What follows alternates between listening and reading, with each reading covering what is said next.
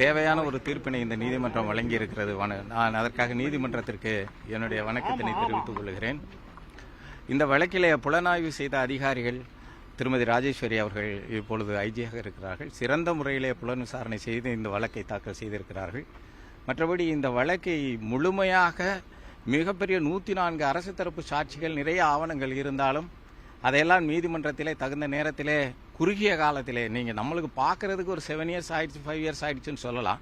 But 104 சாட்சிகள், நிறைய ஆவணங்கள் இருந்த இந்த வழக்கை வேகமாக சிறப்பாக முடிக்க உறுதுணையாக இருந்த இந்த விருதுநகர் சிபிசிஐடி ஆய்வாளர் திருமதி சாவித்திரி அவர்கள், மற்றபடி சார்பு ஆய்வாளர் மிகவும் சிரமப்பட்டு அவர் இந்த வழக்கிலே நல்ல ஒரு உறுதுணையாக இருந்து இந்த வழக்கை முடிப்பதற்கு அவர் தன்னால் இயன்ற அளவு பாடுபட்ட திரு விஜயராகவன் அவர்கள், மற்ற எங்களுடைய அலுவலக வழக்கறிஞர்கள் எல்லோருக்கும் இந்த தருணத்திலே நன்றியை சொல்லிக் கொள்கிறேன்.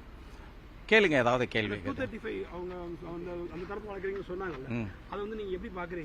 சார், 235ல என்னன்னா, சென்டென்ஸில் ஆர்குமெண்ட் வைக்கலாம்.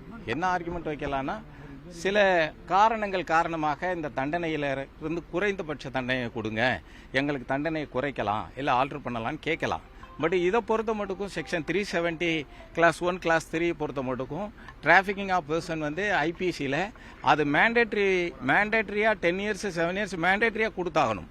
அதாவது விக்டிம் வந்து ஒரு ஆள் தனிநபராக இருந்தால் 7 ஆண்டு காலமும், மோர் தென் 1 person, இதில் வந்து பாதிக்கப்பட்ட மாணவிகள் 4 பேர்கள், அதனால அவங்களுக்கு 10 வருஷம் தண்டனை கொடுக்கணும்ன்றது அது mandatory provision.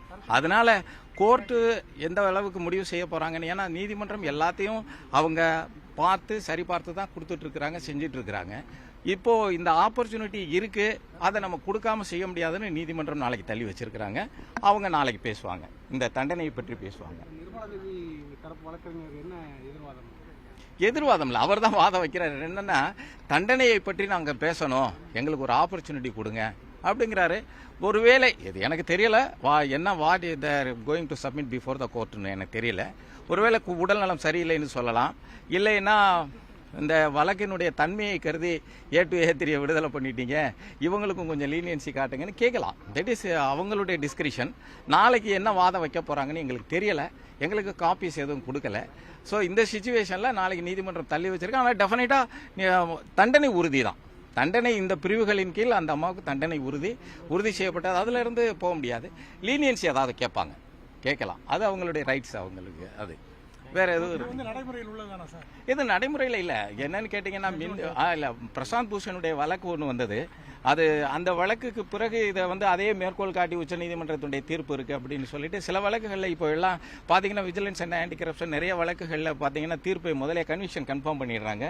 Subsequent the court is வந்து giving opportunity to the accused or their counsel to represent, அதாவது ரிகார்டிங் தி சென்டென்ஸ் சொல்றாங்க. அதே மாதிரி இதிலையும் சென்டென்ஸுக்கு பேசுறதுக்கு ஒரு வாய்ப்பு கொடுத்துருக்காங்க. அதுல எளிய மக்களுக்கு சாத்தியமான விஷயம் தான். எல்லா மக்களுக்கும் நீதிமன்றத்தில் all are equal before the law sir. அதுல என்ன எளிய மக்கள் என்ன இருக்கு, எல்லாம் இருக்கு. அவங்க இது எளியவங்களா இருந்தாலும் நீதிமன்றம் அப்படித்தான் கன்சிடர் பரிசீலிக்கும்.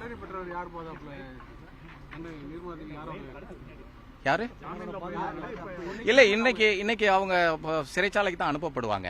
ஏன்னா தண்டனை சொன்னதற்கு பிறகு அவங்களுக்கு வெளியில விடுறதுக்கு. ஆனால் எவ்வளவு காலம் என்று சொல்லாமல் நாளைக்கு கொண்டுட்டு வர சொல்லி மீண்டும் நீதிமன்றத்துக்கு அழைத்து வர சொல்லி உத்தரவு பிறப்பிப்பார்கள் எதிர்பார்க்கிறோம். Thank you sir.